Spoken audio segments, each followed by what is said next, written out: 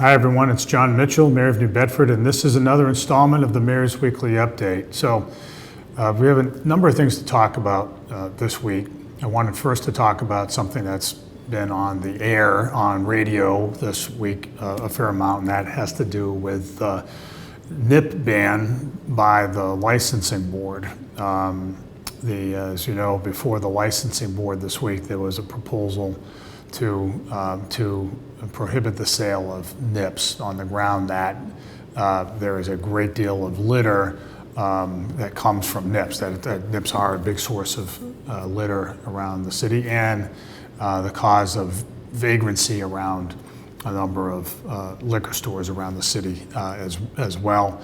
The licensing board voted in favor of the NIP ban. It is a decision that I support.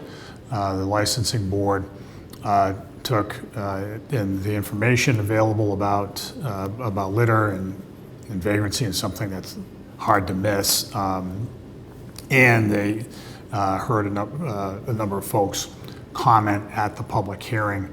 The licensing board is made up of 3 members who are all retired police captains in the city and who are all widely respected individuals, and I applaud the way they went about their work. The NIPs are a major source of litter in this city, and folks around the city have been picking up after other people who just throw them out.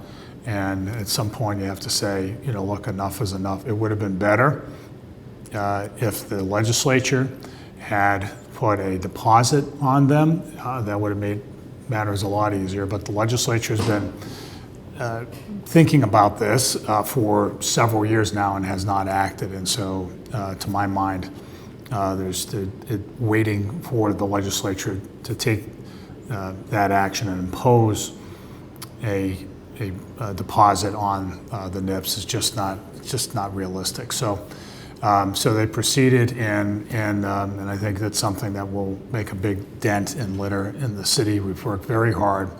The city government has to ensure that litter, to curb litter. We've made a lot of progress, but we still have a ways to go. And I think this is going to enable us to take some more steps forward. The other thing, a couple of other things I want to talk about today. There was an arrest made in connection with the shooting on Orchard Street that seriously injured a police detective. The detective, of course, as I mentioned before, is doing well. He's recovering well. The arrest shows significant progress in that investigation, and the police are doing a very good job running down leads. I encourage anybody who might have information about that case to bring it forward, because we want to build up a very strong case. But that's something that I'm pleased to report that they are making headway there as well. A couple of other things. The RFPs for certain former and now empty city buildings have gone forward. RFP requests for proposals. We're selling certain city buildings. Those include 2 former fire stations, 11 on Brock Avenue, 3 on Kempton Street, as well as the former police station on Cove Street, all up for sale now. And now hopefully those will be redeveloped and put on the tax rolls. That's what we want. We want to get the tax revenue out of them, and we also want the buildings to be reactivated so that they contribute to their neighborhoods.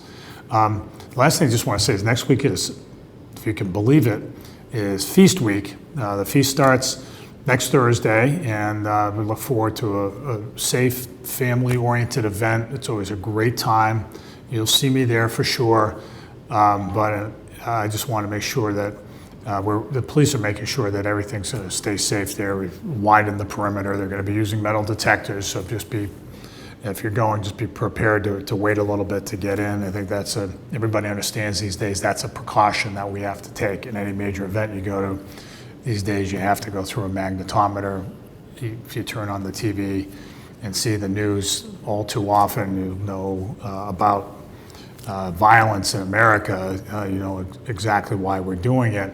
And so, but I think it's an appropriate measure, and it should keep things safer, but we'll also be very vigilant. Otherwise, we're not relying on that as the only measure to keep people safe. with all that, this has been the Mayor's Weekly Update, and we will see you next week. Thank you.